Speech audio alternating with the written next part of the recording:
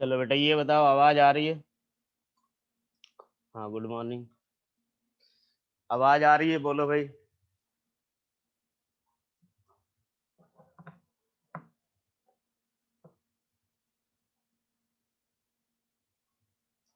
कल मैंने 4-5 तरह के वेक्टर बता दिए थे आपको।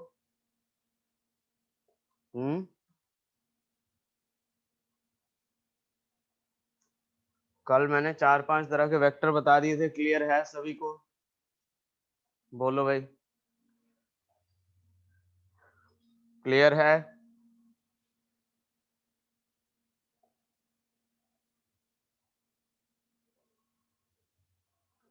चलो, अगला कुछ टाइप और बचा हुआ है, ठीक है। उसके बाद हम लोग आएंगे एडिशन ऑफ वेक्टर पे, कि वेक्टर का जो है वो पहला ऑपरेशन शुरू सीखेंगे हम लोग, ठीक है। देखो यार, जो एक डीपीपी भी मैंने कल दी थी, सभी ने कर लिया है वो?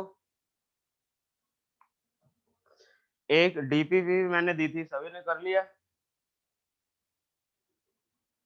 चलो देखते हैं। इसके बाद जो है नेक्स्ट जो टाइप है वो है को इनिशियल वेक्टर। को इनिशियल वेक्टर्स। देखो यार, को इनिशियल वेक्टर हमें अगर देखना है तो एक बात देखो यार, को इनिशियल वेक्टर में क्या रहेगा, जैसे मान लो अगर हमारे पास 2-3 वेक्टर दिए हुए हो, ठीक है, और सबका टेल जो हो एक ही जगह पे हो, हम लोग 2-3-4 या जितने भी वेक्टर अगर ड्रॉ कर रहे हैं, सबका जो है टेल एक ही जगह पे हो, ठीक है। जैसे मान लो हम लोग ये देख रहे हैं कि एक वेक्टर ये रहा, एक वेक्टर इधर की तरफ, ये ए, ये बी, ये इधर की तरफ सी, एक दो और ले लेते हैं, ये इधर की तरफ डी। ये सारे अगर ऐसे वेक्टर्स हैं जिन सब का टेल जो है वो एक ही जगह पे है, और टेल किस चीज को शो करता है, तो पॉइंट ऑफ एप्लीकेशन को, किसको शो कर रहा है, पॉइंट ऑफ एप्लीकेशन को शो करता है। यानी वैसे वेक्टर्स जिनका पॉइंट ऑफ एप्लीकेशन अगर सेम हो तो उन सारे वेक्टर्स को हम क्या बोलेंगे, को इनिशियल वेक्टर।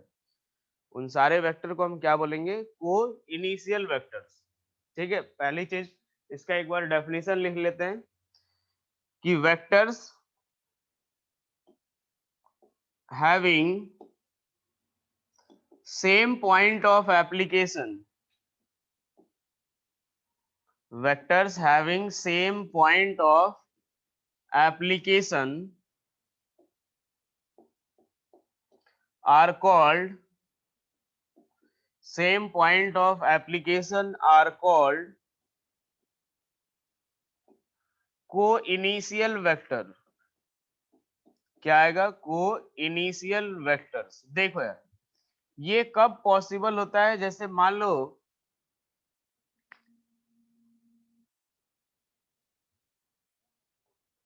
देखो, वेक्टर उठा के सबको बिल्कुल कर सकते हैं, लेकिन हमें सब जो है एक ही पॉइंट पे लगना चाहिए, किसी एक पर्टिकुलर टाइम पे जो है, ठीक है, सबको एक ही पॉइंट पे लगना चाहिए।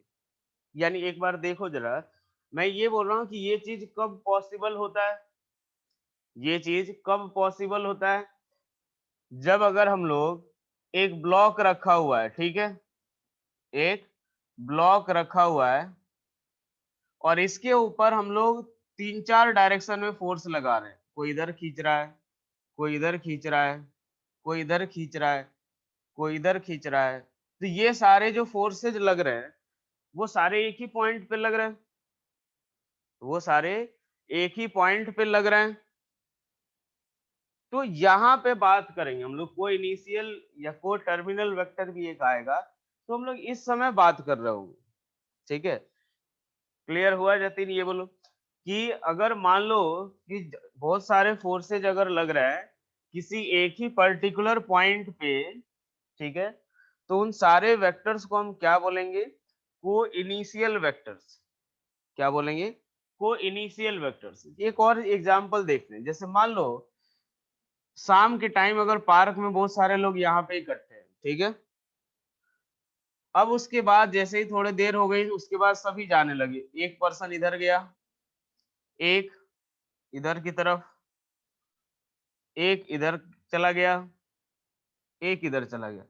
अब एक बात देखो यार, यहाँ पे जितने भी सारे डिस्प्लेसमेंट वेक्टर हैं, ठीक है, r1 वेक्टर ले लो, r2 ले लो, r3 ले लो और r4 ले लो, तो ये सारे जो डिस्प्लेसमेंट वेक्टर जो हैं वो सारे के सारे जो हैं वो क्या एक ही जगह से शुरू हुए?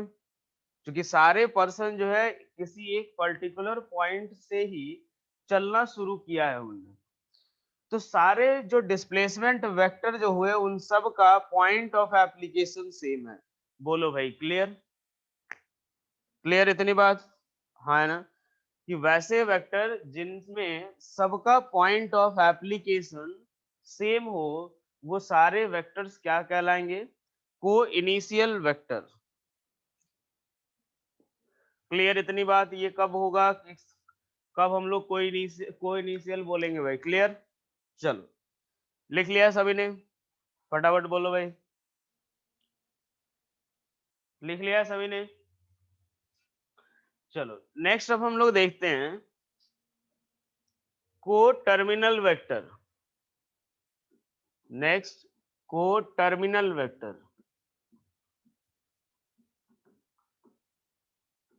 यहां से देखो,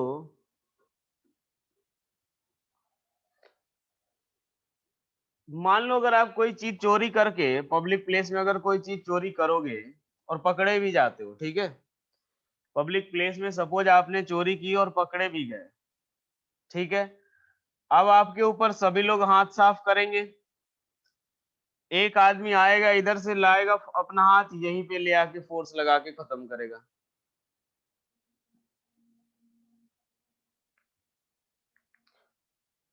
ऑर्थोगोनल को नहीं बोलेंगे भाई, उसमें तो दोनों अलग अलग जगह पे, मान लो एक मैं इधर बना दूं दूसरा उधर बना दूं, इससे पहले जो वेक्टर थे उसमें हम पॉइंट ऑफ एप्लीकेशन के बारे में बात ही नहीं करते थे, तो पिछले वाले को हमें कंपेयर ही नहीं करना है यहाँ पे।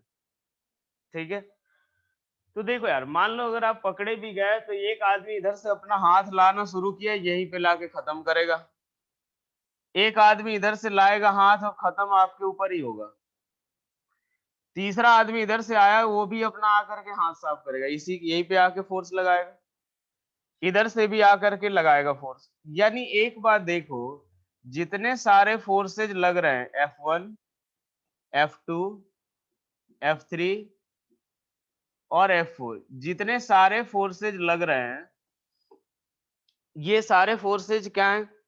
एक ही जगह पे आके टर्मिनेट हो रहे हैं, हाँ कि ना?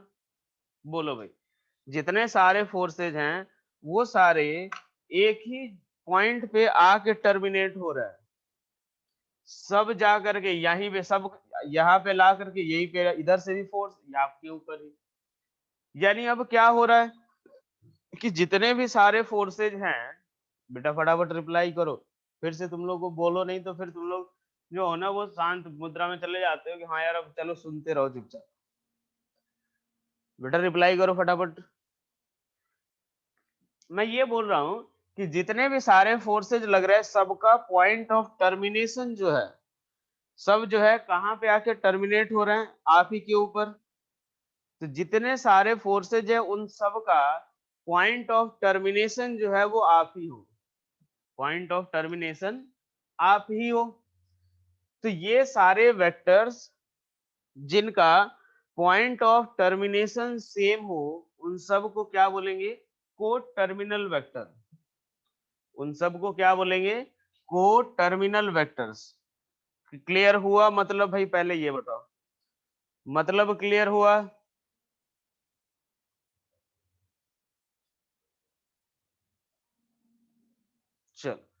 यानी क्या लिखेंगे, vectors having same point of termination, having same point of termination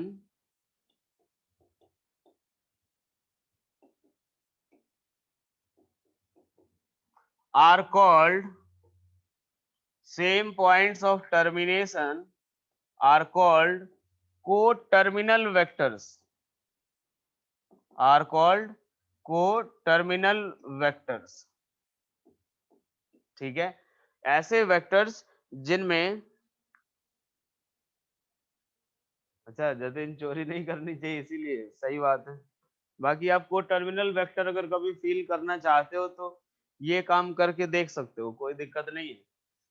ठीक है, और कोशिश करना कि भीड़ भाड़ वाले इलाके में करो ताकि ज्यादा एक्सपीरियंस हो।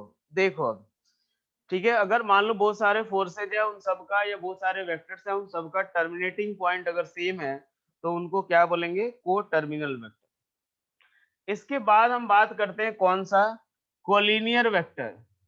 कौन सा, कोलिनियर वेक्टर। इसके बाद हम लोग देख रहे हैं कौन सा, तो कोलिनियर वेक्टर। देखो अब यहां से अगर देखा जाए कि जैसे मान लो एक वेक्टर ए हो गया, ठीक है, और दूसरा हमने ले लिया, ये इसका लाइन ऑफ एक्शन होता है, ये इसका लाइन ऑफ एक्शन है। अगर दो वेक्टर ऐसे हैं जिनका लाइन ऑफ एक्शन क्या हो, सेम, ठीक है, दो वेक्टर जिनका लाइन ऑफ एक्शन क्या हो, ठीक है, सेम हो, उन सारे वेक्टर्स को हम क्या बोलते हैं, collinear vector.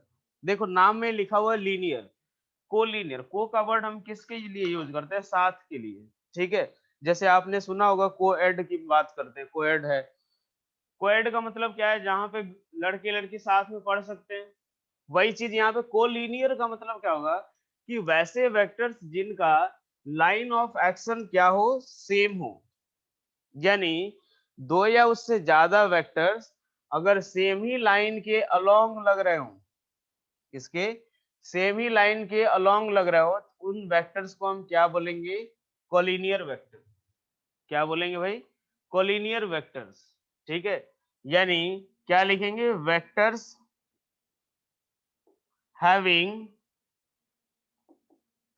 Same line of action, same line of action, same line of action are called collinear vectors, are called collinear vectors। चलो भाई ये क्लियर हुआ, हाँ या ना बोलो भाई, इतनी बात क्लियर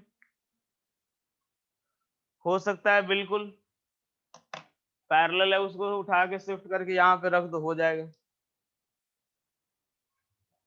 ठीक है, चलो क्लियर इतनी बात, कॉलिनियर हो गया हमारे पास। नेक्स्ट आता है हमारा कोप्लेनर वेक्टर्स।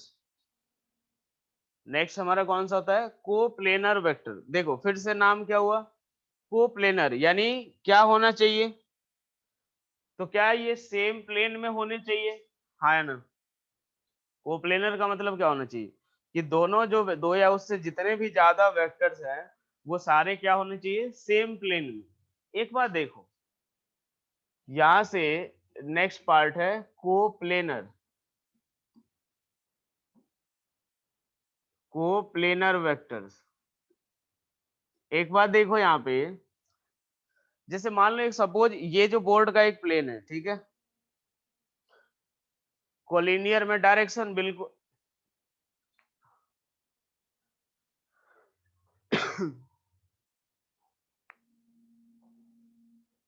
चलो यहां से देखो, लाइन ऑफ एक्शन बस सेम होना है ना, तो डायरेक्शन मान सकते हैं कि अगर अपोजिट है तो भी ले लेंगे। ठीक है, चलो लाइन ऑफ, सिर्फ लाइन हमारा सेम होना चाहिए, हमने डायरेक्शन की बात तो नहीं की, हाँ है ना। एक बात समझो ऐसे जरा, कि मान लो अगर मैं इस लाइन पे चल रहा हूं, ठीक है, मान लो मैं इधर चल रहा हूं, और तुम इधर की तरफ चल रहे हो, क्या हम ये चीज बोल सकते हैं कि दोनों हम लोग सेम ही लाइन पे चल रहे हैं? हाँ या ना, बोलो। क्या हम ये बोल सकते हैं कि दोनों हम सेम ही लाइन पे चल रहे हैं? बोलो माधव भाई, बोल सकते हैं? बोल सकते हैं। तो बस बात खत्म, कोलिनियर बोल सकते हैं इनको, कि लाइन ऑफ एक्शन तो सेम ही है। हमें भाई इक्वल या पैरेलल ये सब तो इसमें कुछ देखना नहीं, लाइन ऑफ एक्शन बस सेम होना चाहिए। ठीक है, चलो। अब बात कर रहे थे हम लोग कोप्लेनर की। मान लो ये बोर्ड के प्लेन की बात करो अपने, ठीक है, ये जो बोर्ड है इसका एक प्लेन मान लो।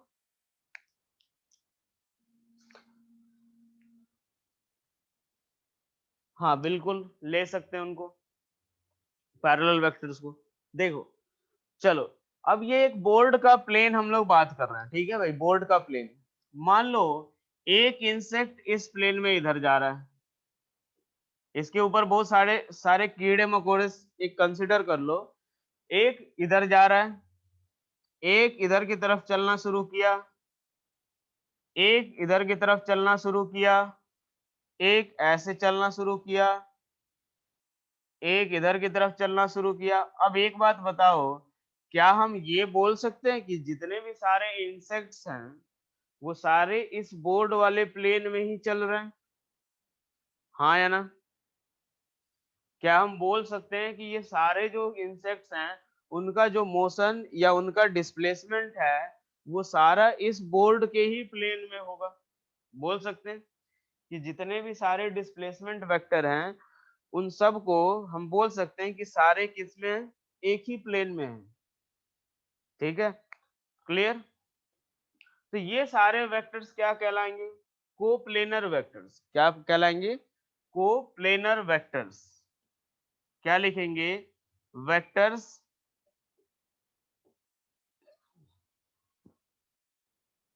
having same plane of action, same और parallel plane of action। यहां से एक चीज और समझते हैं, parallel plane of action are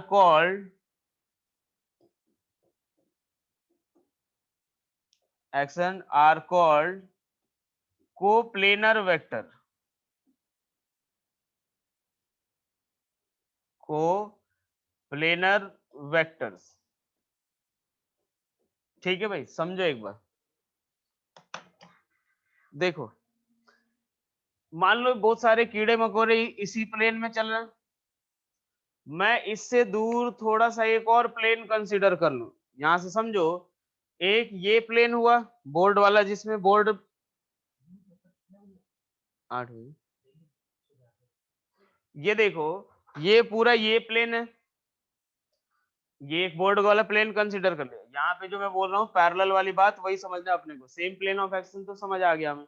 parallel वाला कैसे होगा? मान लो मेरे सामने ये वाला जो है ये एक प्लेन कंसीडर कर लो। अब इस प्लेन में भी दो चार वेक्टर बना लो, क्या हम इनको इसके पैरेलल शिफ्ट करके यहाँ पे कर सकते हैं? हाँ या ना, बोलो भाई, कर सकते हैं? अरे हाँ या ना बोलो भाई जल्दी से। अरे बस जतिन ही लिखे जा रहा है, बाकी लोग कहाँ चले गए? बेटा आप लोग रिप्लाई किया करो। एक बार देखो, मैं बोल रहा हूँ समझो एक बार। देखो कोई बात नहीं, नहीं समझ आया तो बोला करो सर नहीं समझ आया, बोलोगे तभी तो क्लियर होगा। ऑफलाइन रहता है तो शकल देख के समझ आता है, अब नहीं रहेगा तो फिर यहाँ से थोड़ी हमें दिव्य शक्ति बता देगी। देखो यहाँ पे ये एक प्लेन मान लो और एक प्लेन ये मान लो, ठीक है, कुछ वेक्टर इसमें और कुछ वेक्टर इस वाले प्लेन में। क्या मैं इस वेक्टर इस प्लेन के वेक्टर को शिफ्ट करके इधर ले आऊं तो सेम प्लेन में हुआ कि नहीं? अरे हाँ है ना, बोलो भाई क्लियर? जितने लोगों को डाउट था बोलो भाई, पहले उनको क्लियर हुआ कि नहीं? फटाफट बोलो भाई। प्राची देखो, मैं बोल रहा हूँ कि यहाँ पे दो प्लेन कंसीडर कर लो, एक ये और एक इसके आगे थोड़ी दूर पे, ठीक है। मान लो कुछ वेक्टर इस प्लेन में लग रहे हैं, कुछ वेक्टर इस प्लेन में लग रहे हैं। मान लो इसमें ए बी सी डी है, इसमें ई एफ जी एच है। ई एफ जी एच को उठा के मैं यहाँ पे शिफ्ट कर सकता हूँ इस वाले में? बोलो प्राची, हाँ या ना? शिफ्ट कर सकता हूं मैं? तो क्या सेम ही प्लेन में मान सकते हैं? अगर पैरेलल भी है, पैरेलल प्लेन में भी है, तो भी हम उसमें शिफ्ट करके मान सकते हैं कि प्लेन ऑफ एक्शन सेम है। बोलो भाई।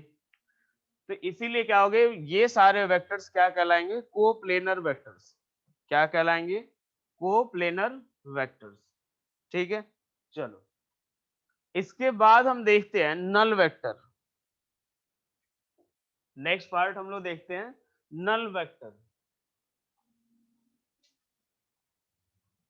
नेक्स्ट पार्ट हम देखते हैं नल वेक्टर। एक बात देखो, नल वेक्टर क्या होगा?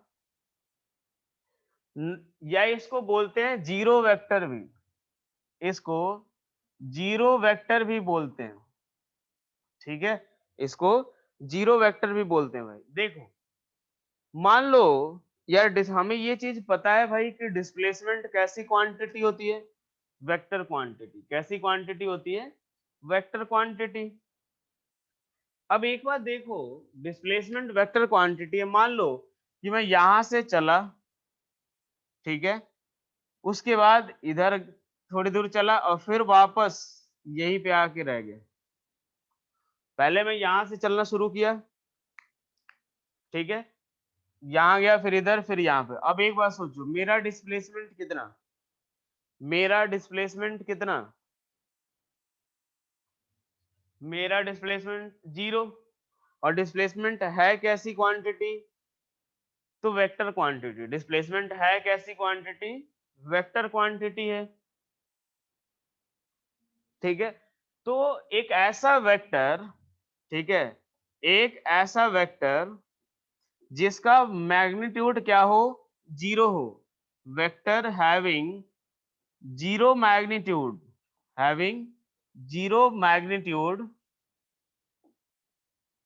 इज कॉल्ड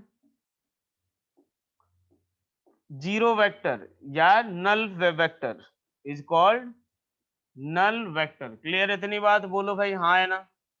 एक ऐसा वेक्टर जिसका मैग्नीट्यूड कितना हो? जीरो हो। मैग्नीट्यूड कितना होना चाहिए भाई? अगर मैग्नीट्यूड जीरो है तो वैसे वेक्टर को हम क्या बोलेंगे? नल वेक्टर या फिर zero vector.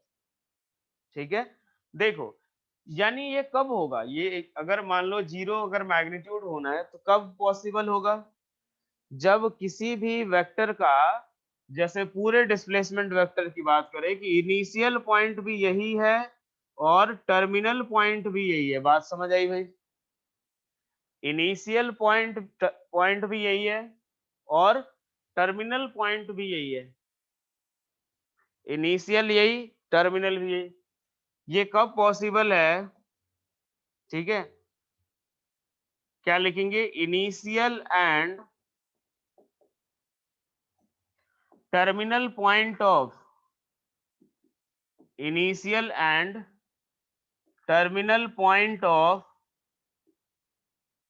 Initial and terminal point of null vector, of null vector will be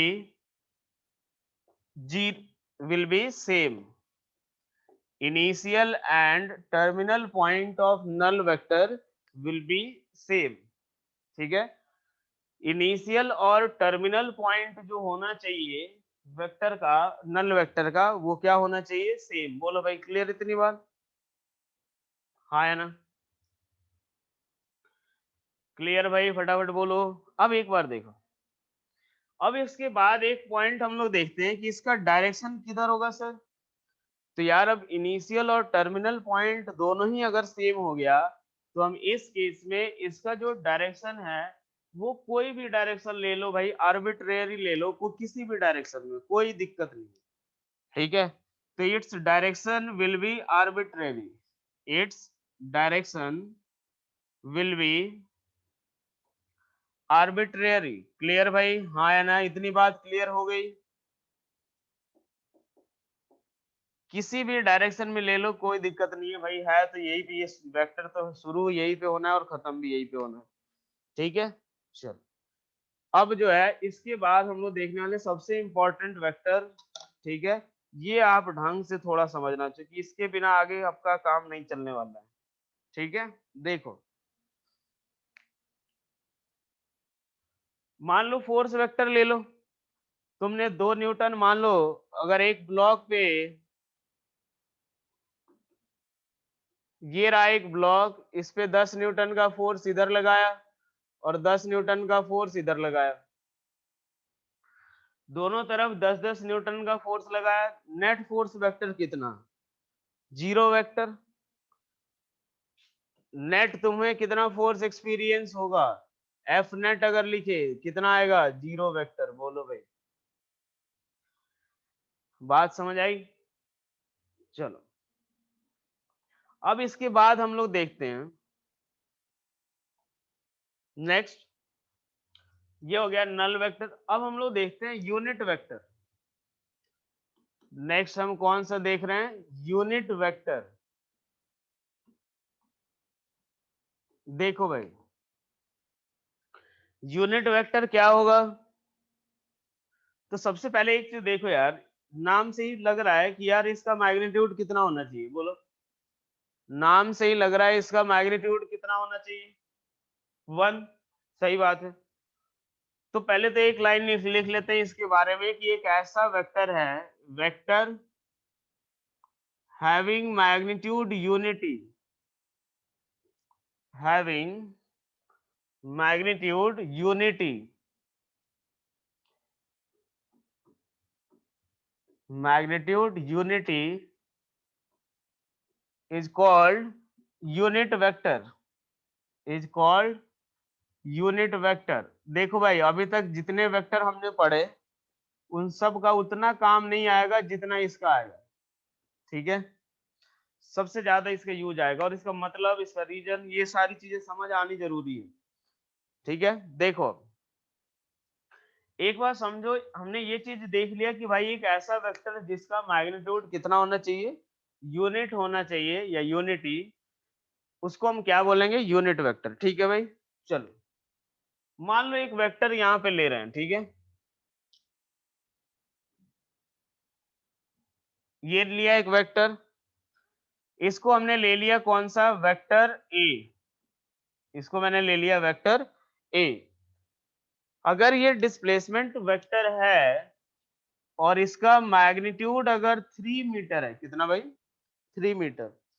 displacement vector जो हमने डिनोट किया उसका मैग्नीट्यूड कितना है? 3 मीटर के बराबर। कितना है भाई? 3 मीटर। चलो, अब एक काम करते हैं, इसको 3 इक्वल पार्ट में डिवाइड कर लेते हैं। इसको 3 इक्वल पार्ट में डिवाइड कर लेते हैं, तो हमारे पास 3 वेक्टर मिले, 1 2 और एक 3। यही 3 वेक्टर मिला, हाँ है ना?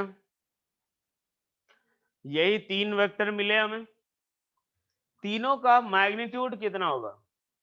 1 2 3, 3 वेक्टर मिले भाई, तीनों का मैग्नीट्यूड कितना कितना होगा? तीनों का मैग्नीट्यूड 1-1 मीटर होगा भाई। बात सही है, 1-1 मीटर होगा। तो यानी एक ये वेक्टर जो है, हम इसको बोल सकते हैं यूनिट वेक्टर, क्योंकि मैग्नीट्यूड 1 है। क्योंकि मैग्नीट्यूड कितना है? 1। बोल सकते हैं भाई, हमने डेफिनेशन ये लिखा है कि एक ऐसा वेक्टर जिसका मैग्नीट्यूड कितना हो, 1, उसको हम यूनिट वेक्टर बोल सकते हैं। 3 वेक्टर हुए और तीनों को हम क्या बोल सकते हैं? तीनों का मैग्नीट्यूड 1-1 मीटर हुआ, तो यार ये तीनों जो है वो यूनिट वेक्टर बोल सकते हैं इनको। हाँ, तीनों सेम सेम डायरेक्शन में, सेम मैग्नीट्यूड, तो इक्वल ही होंगे। तो एक बात देखो, इसका मैग्नीट्यूड 1 मीटर, इसका मैग्नीट्यूड 1 मीटर, और इसका भी मैग्नीट्यूड 1 मीटर। चलो भाई, यानी ये हमारे पास अब ये 3 ऐसे वेक्टर हो गए जिनका मैग्नीट्यूड कितना है? 1-1 मीटर के बराबर है, यानी यूनिटी है। ठीक है, तो ये जो वेक्टर है इनको हम बोलेंगे यूनिट वेक्टर। किसके डायरेक्शन में? तो वेक्टर ए के डायरेक्शन में। ठीक है, इसको क्या बोलेंगे कि भाई पता है ये क्या है? तो ये जो है यूनिट वेक्टर है, ठीक है, unit vector in the direction of, in the direction of vector A. Unit vector क्या है कि ये जो वेक्टर हुआ, एक वो वेक्टर होगा, सॉरी, ये यूनिट वेक्टर होगा किसके डायरेक्शन में, वेक्टर ए के डायरेक्शन में। ठीक है, अब हमने सोचा कि यार एक बात बताओ, वेक्टर ए है, उसको तो ए के ऊपर हमने एरो से डिनोट कर दिया, ठीक है, अब इसको कैसे डिनोट करें भाई। अब एक बात देखो, अगर मैं इसको भी ऐसा ही लिखूं तो दोनों में कोई डिफरेंस ही नहीं रहेगा। तो हमने सोचा कि यार चलो यार, किसके डायरेक्शन में यूनिट वेक्टर है, ए के डायरेक्शन में, तो पहले तो ए तो लिखना जरूरी है। अब इससे थोड़ा अलग कुछ ना कुछ सिंबल तो बनाना पड़ेगा, ताकि हम ये डिफरेंशिएट कर सके कि भाई ये यूनिट वेक्टर है या फिर वेक्टर है। तो हमने बोला कि एक काम करो, इसके ऊपर एक टोपी पहना दो, इसके ऊपर एक टोपी पहना दो। तो अब हम जब भी लिखा हुआ रहेगा, अगर ऐसा लिखा हुआ है, यानी ये क्या शो करेगा कि unit vector in the direction of vector ए, ये क्या रहेगा, वेक्टर ए। अगर मैंने कहीं पे लिखा ये, यानी अगर ए कैप लिखा हुआ है, तो ये क्या शो कर रहा है, unit vector in the direction of, in the direction of vector A, in the direction of vector A. B cap को क्या लिखोगे, unit vector in the direction of B, in the direction of B vector. ठीक है, अब ये जैसे ही अगर हम लोग कैप देखेंगे, इसका मतलब समझ आ जाएगा कि हाँ यार, ये पता है यूनिट वेक्टर है और इसका मैग्नीट्यूड 1 है, और किसके डायरेक्शन में है, तो जो भी ए बी सी लिखा हुआ है उस वेक्टर के डायरेक्शन में। देखो, मैंने क्या बोला कि पहले एक ए वेक्टर लिया था हमने, जिसका मैग्नीट्यूड 3 मीटर, तीनों को, इस पूरे वेक्टर को हमने 3 इक्वल पार्ट में डिवाइड कर दिया, तो एक ऐसा वेक्टर मिलेगा जिसका मैग्नीट्यूड 1-1 मीटर हो। ठीक है, 1-1 मीटर हुआ, इसको किससे डिनोट करेंगे, ए के ऊपर कैप से, ए के ऊपर कैप से, और यही हमारा क्या होगा, यूनिट वेक्टर। क्योंकि एक ऐसा वेक्टर जिसका मैग्नीट्यूड यूनिटी हो, उसको हमने क्या नाम दिया है, यूनिट वेक्टर। डिनोट कैसे करेंगे, ए के ऊपर कैप से। क्लियर हुआ, बोलो। नेहा, क्लियर हो गया।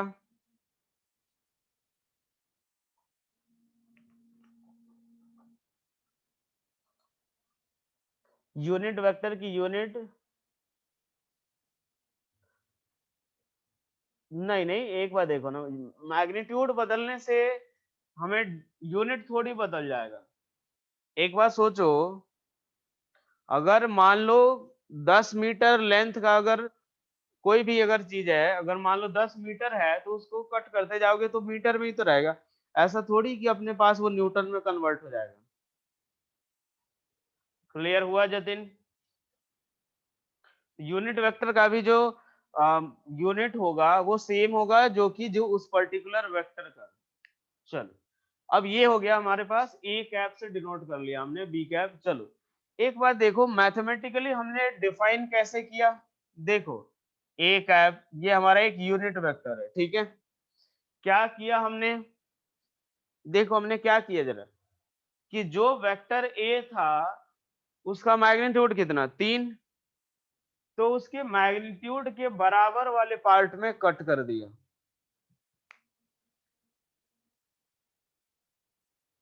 हाँ, 1 मीटर 1 सेंटीमीटर दोनों यूनिट वेक्टर है। यूनिटी इसीलिए मैंने बोला कि यूनिटी होना चाहिए भाई। अब उसमें कोई पर्टिकुलर मैंने यूनिट नहीं यूज किया है। मैं ये बोल रहा हूँ, देखो यूनिट वेक्टर जब हमें डिफाइन करना था, तो मैंने क्या किया कि उस वेक्टर को, जो उसका मैग्नीट्यूड था, उतने इक्वल पार्ट में डिवाइड कर दिया, तो हमें यूनिट वेक्टर मिल गया। बोलो सही बात, हाँ या ना। जैसे एक वेक्टर ये है जिसका मैग्नीट्यूड 3, तो हमने 3 इक्वल पार्ट में डिवाइड कर दिया। एक 4 मीटर का एक यूनिट वेक्टर अगर है, तो उसको 4 यूनिट 4 पार्ट में, इक्वल पार्ट में डिवाइड करो, तो एक ऐसा वेक्टर मिलेगा जिसका मैग्नीट्यूड यूनिट हो। हाँ बिल्कुल, बात सही है जतिन। तो एक बात देखो, ये हम लोग जनरली डिफाइन कर रहे हैं, बाद में अपने पास हम लोग और तरीका निकाल लेंगे जिससे कि वो उससे वो कोई फर्क नहीं पड़ेगा कि नेचुरल नंबर है या नहीं। देखो, ए कैप इक्वल्स टू, मैंने क्या किया, तो वेक्टर ए को किससे डिवाइड कर दिया, तो उसके मैग्नीट्यूड से। किससे डिवाइड कर दिया, उसके मैग्नीट्यूड से। तो हमें क्या मिल रहा है, एक ऐसा वेक्टर जिसका मैग्नीट्यूड कितना है, यूनिटी है। बोलो भाई, क्लियर? हाँ है ना। जैसे ही हम इसको, उस वेक्टर को डिवाइड कर रहे हैं किससे, जो भी उसका मैग्नीट्यूड है, अगर आप उससे डिवाइड कर रहे हो तो उस वेक्टर को हम क्या बोलेंगे, यूनिट वेक्टर। उस वेक्टर को क्या बोलेंगे, यूनिट वेक्टर। बोलो भाई, पहले इतनी बात क्लियर हो गई सभी को कि आखिर मैथमेटिकली हम डिफाइन कैसे करेंगे?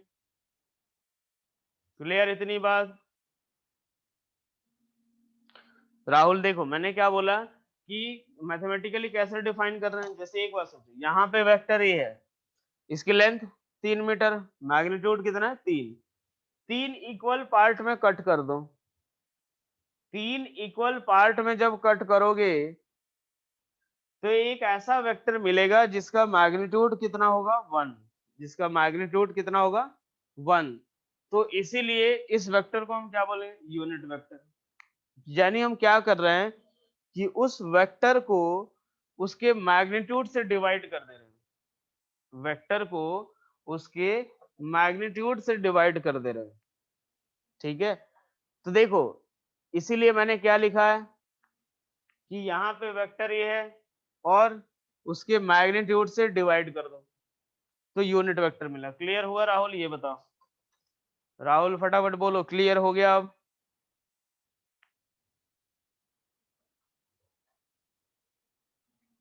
चल, अब सबसे ज्यादा जरूरी ये है कि आखिर ये चीज हम लोग डिफाइन कर किया ही क्यों हमने, इसकी क्या जरूरत थी वो देखो एक बार।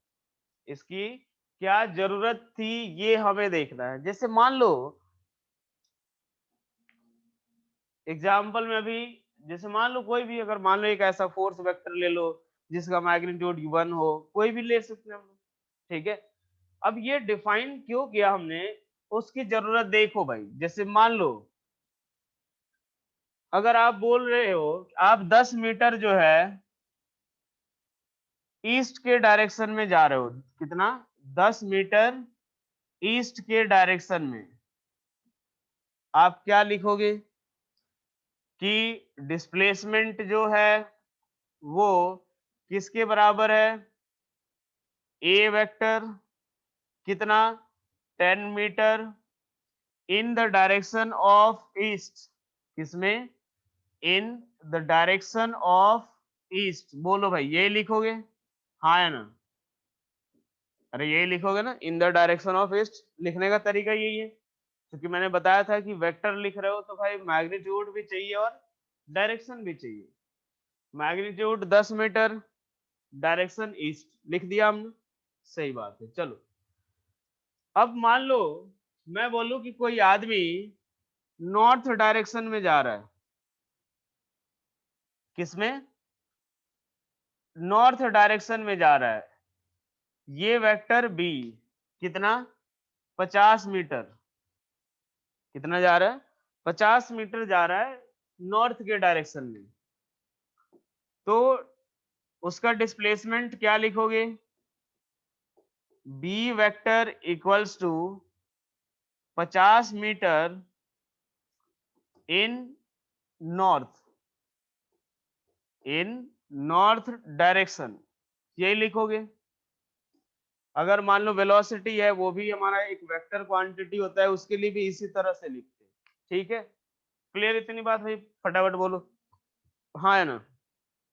क्लियर है इतनी बात? चलो, अब एक बात देखो कि मान लो मुझे अगर ये लिखना हो कि किसी रैंडम डायरेक्शन में लिखना हो, जैसे मान लो कि मुझे ये लिखना हो कि मैं अगर अपने घर से जैसे निकला और 20 मीटर में ए के डायरेक्शन में चला गया। हुआ ये जैसे हम लोग जनरल लाइफ में बोलते हैं ना भाई कि यार एक बार बताओ, पता है मैं घर से बाहर निकला, फिर देखा कि राम जो था वो जा रहा था, मैं उसके साथ चला गया। बोलते हैं ये चीज जो नॉर्मल लाइफ में हम लोग बोलते हैं भाई, कि जैसे निकले उसके बाद में उसके साथ चला गया, जिस डायरेक्शन में वो गया उस डायरेक्शन में मैं चला गया। लिखते हैं भाई ये चीज, बोलने में आता है भाई ये चीज, हाँ है ना। तो एक बार देखो, मान लो मुझे ये लिखना है कि जो राम जो है वो 20 मीटर डिस्प्लेस हुआ, किसके डायरेक्शन में? इन the direction of A, in the direction of vector ए के डायरेक्शन में डिस्प्लेस हुआ। तो देखो यार, अब पूरा हमेशा इतना लंबा लंबा लिखना पड़े तो फिर भाई मतलब क्या रहा? ठीक है, तो हम इसको मैथमेटिकल फॉर्म में कैसे लिखेंगे? मान लो राम का डिस्प्लेसमेंट जो है वो आर वेक्टर से डिनोट किया मैंने, आर वेक्टर इक्वल्स टू क्या लिखोगे? 20 मीटर। ठीक है, अब यार ये पूरा इसको मैथमेटिकल फॉर्म में लिखना है, ये मैथमेटिकल फॉर्म तो हुआ नहीं, ये तो भाई अब स्टेटमेंट के फॉर्म में हो गया कि भाई तुमने लिख दिया ये चीज।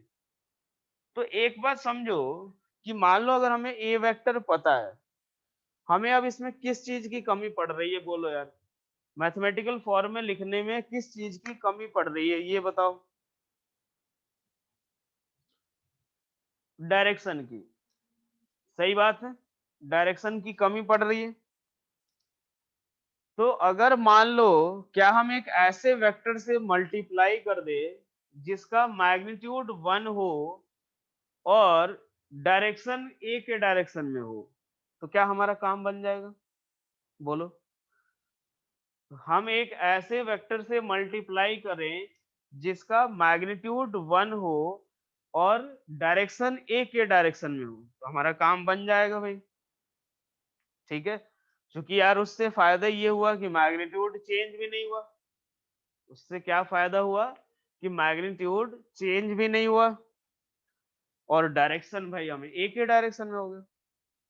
तो अब समझ आया? पहले ये बताओ कि यूनिट वेक्टर डिफाइन करना जरूरी क्यों था? बोलो, हाँ है ना। यूनिट वेक्टर डिफाइन करना क्यों जरूरी था? क्या ये क्लियर हुआ? पहले एक बार देखो, मैं ये बोल रहा हूँ आराधिका, देखो एक राम एक पर्सन है जो कि 20 मीटर डिस्प्लेस हुआ है, किसके डायरेक्शन में? ए के डायरेक्शन में। किसके डायरेक्शन में? ए के डायरेक्शन में। मुझे इसको मैथमेटिकल फॉर्म में लिखना है, क्या लिखूंगा? R equals to 20 metre. ठीक है भाई, किसके डायरेक्शन में? ए के डायरेक्शन में। ए के डायरेक्शन में अगर जा रहा है तो कैसे लिखेंगे भाई कि यहाँ पे हम एक ऐसे वेक्टर से मल्टीप्लाई करें जिसका मैग्नीट्यूड 1 हो और डायरेक्शन ए के डायरेक्शन में हो, तो हमारा काम बन जाएगा भाई। ठीक है, तो इसीलिए हम लोग क्या कर रहे हैं कि एक यूनिट वेक्टर डिफाइन करना चाहते हैं। बोलो, क्लियर हुआ राधिका? फटाफट बोलो।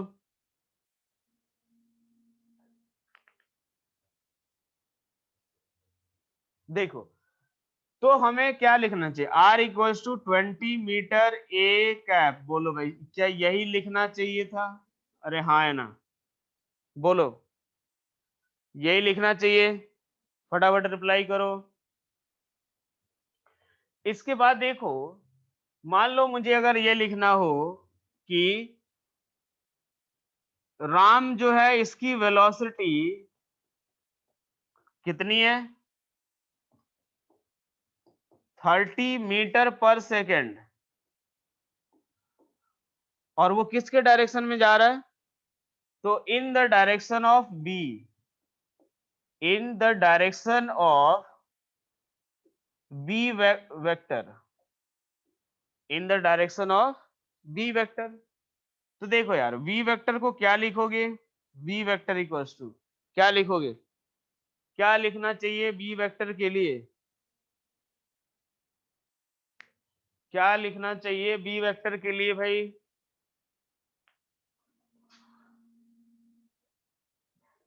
30 मीटर पर सेकेंड, बिल्कुल 30 मीटर पर सेकेंड बी कैप,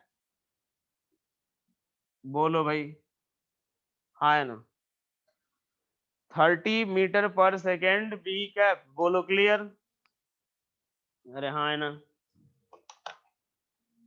चलो भाई, ये हो गया अपना, ये हो गया अपना कौन सा, यूनिट वेक्टर क्यों डिफाइन करना पड़ा, ये चीज हमें समझ आ गया, ठीक है। चलो, अब हमने ये चीज सोचा यार, मान लो हमें हमेशा ये चीज तो बोलना नहीं जाएगा कि वो ए के डायरेक्शन में जा रहा है, वो बी के डायरेक्शन में जा रहा है, वो सी के डायरेक्शन में जा रहा है, ऐसा तो हमेशा हमारे साथ खेला नहीं जाएगा। हमारे साथ क्या होगा कि जब भी अगर एक पार्टिकल का पोजीशन हो, पार्टिकल का मोशन हो, तो वो हम लोग एक्स वाई जेड कोऑर्डिनेट के रेस्पेक्ट में डिफाइन करते हैं, हाँ कि ना, बोलो भाई।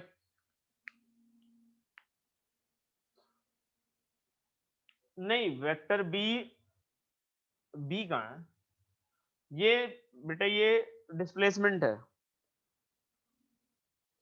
मैं ये बोल रहा हूं कि यार जब भी पार्टिकल का मोशन या पार्टिकल का पोजीशन रिप्रेजेंट करना हो, तो वो सब हम एक्स वाई जेड के एक सेकेंड एग्जाम्पल, एक मिनट रुक जाए, नहीं ये जरूरी नहीं है, देखो जतिन ने एक सवाल पूछा है कि ये क्या वेलोसिटी होना जरूरी है क्या, नहीं है, वो तो सिर्फ एक डायरेक्शन बता रहा है।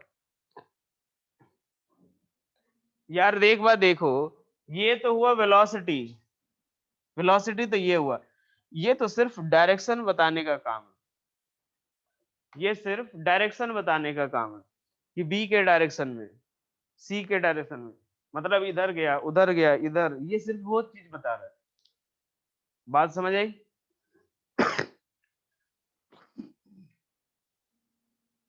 हाँ, बी कैप का मैग्नीट्यूड 1 होगा, हम लोग डिफाइन ही यही तो कर रहे थे कि यार एक ऐसे वेक्टर से मल्टीप्लाई करने की जरूरत है जिसका मैग्नीट्यूड 1 हो और डायरेक्शन गिवन डायरेक्शन में या जिस भी डायरेक्शन में जा रहा हो।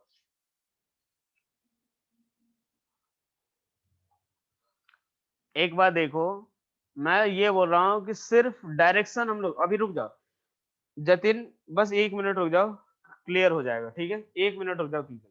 मैं ये बोल रहा हूँ कि यार पार्टिकल का पोजीशन अगर जब भी शो करना हो या रिप्रेजेंट करना हो, तो हम क्या करते हैं, एक्स वाई जेड कोऑर्डिनेट का यूज करते हैं, हाँ कि ना, पहले बोलो, एक्स वाई जेड कोऑर्डिनेट का यूज करते हैं। तो हमने सोचा कि यार एक काम करते हैं, एक्स वाई जेड के डायरेक्शन में ही एक यूनिट वेक्टर डिफाइन कर लेते हैं, एक्स,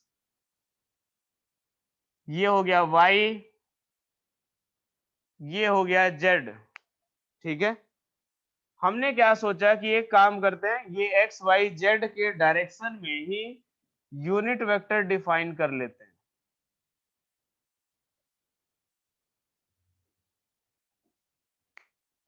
तो क्या बोला हमने कि एक्स के पॉजिटिव एक्स के डायरेक्शन में यूनिट वेक्टर डिफाइन कर लो आई कैप, नेगेटिव एक्स में माइनस आई कैप, पॉजिटिव वाई में जे कैप, नेगेटिव वाई में माइनस जे कैप, पॉजिटिव जेड में के कैप और इधर की तरफ माइनस के कैप, क्लियर। देखो अब जरा समझना, यहाँ पे हमने ये चीज इसीलिए डिफाइन किया क्योंकि यार जो भी मोशन या पार्टिकल को डील करना हो, पार्टिकल के मोशन को, पोजीशन जो भी है, एक्स वाई जेड के रेस्पेक्ट में डील करेंगे। मान लो अगर एक पार्टिकल जो है उसकी वेलोसिटी है 20 मीटर पर second in the direction of positive x axis plus x axis, क्या लिखोगे, बी वेक्टर, क्या लिखोगे, मैग्नीट्यूड 20 मीटर पर सेकेंड, क्या आएगा यूनिट वेक्टर, बोलो भाई, क्या आएगा यूनिट वेक्टर, पॉजिटिव एक्स में जा रहा है, पॉजिटिव एक्स में जा रहा है, क्या लिखेंगे, आई कैप, बिल्कुल। मान लो एक आदमी जो है वो फोर्स लगा रहा है 100 न्यूटन का in the direction of positive Y axis क्या लिखोगे? एफ वेक्टर 100 क्या लिखोगे?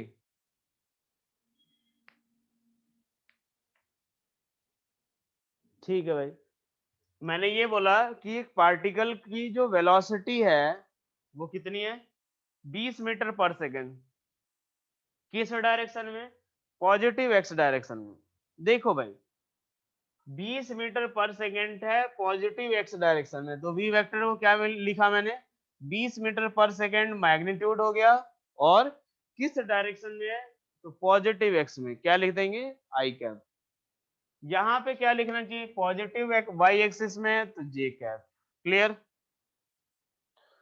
अब जतिन तुम्हारे सवाल का जवाब मिला, बोलो भाई। ठीक है, तो ये हमें यूनिट के बारे में नहीं समझना, ये सिर्फ हमें डायरेक्शन बता रहा है, इधर जा रहा है, उधर जा रहा है, उधर जा रहा है, बस ये बता रहा है। अगर मैं बोलूं कि एक आदमी के ऊपर, एक आदमी का डिस्प्लेसमेंट जो है वो 50 मीटर है इन नेगेटिव जेड डायरेक्शन, क्या लिखोगे?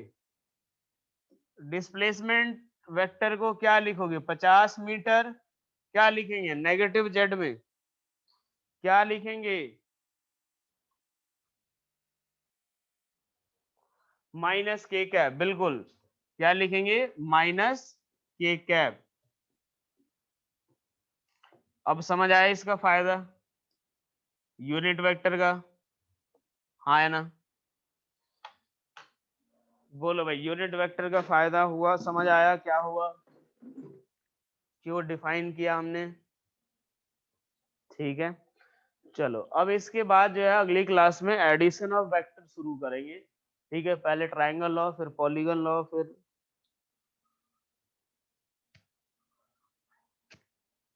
नहीं, कल क्लास नहीं है बेटा। आपकी उसमें लिखा हुआ है ना, शेड्यूल मंडे से फ्राइडे होगा, आपके ग्रुप में आया हुआ है ना। हाँ, पीडीएफ भेज देंगे। बाकी आपको कोशिश बेटा यही करनी है कि यही पे नोट्स बनाना है। ठीक है, उधर घर पे लिखने का काम नहीं होना चाहिए। चलो ठीक है बेटा।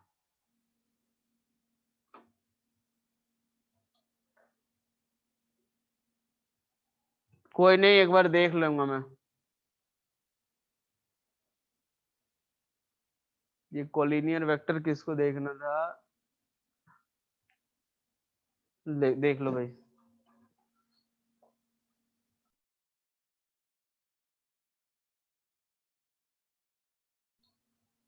चलो ठीक है बेटा, फिर मैं क्लास एंड कर रहा हूँ। हाँ मैं भेज दूंगा आज अपलोड, एक्चुअली वो जो है ना। हाँ, सॉल्व डीपीपी आप सेंड कर देना। मैं ये बोल रहा हूँ एक्चुअली क्या है ना, वो डिजिटल पे डल गया था। ठीक है, डिजिटल पे डल गया था, इसीलिए आपको शो नहीं हो रहा था।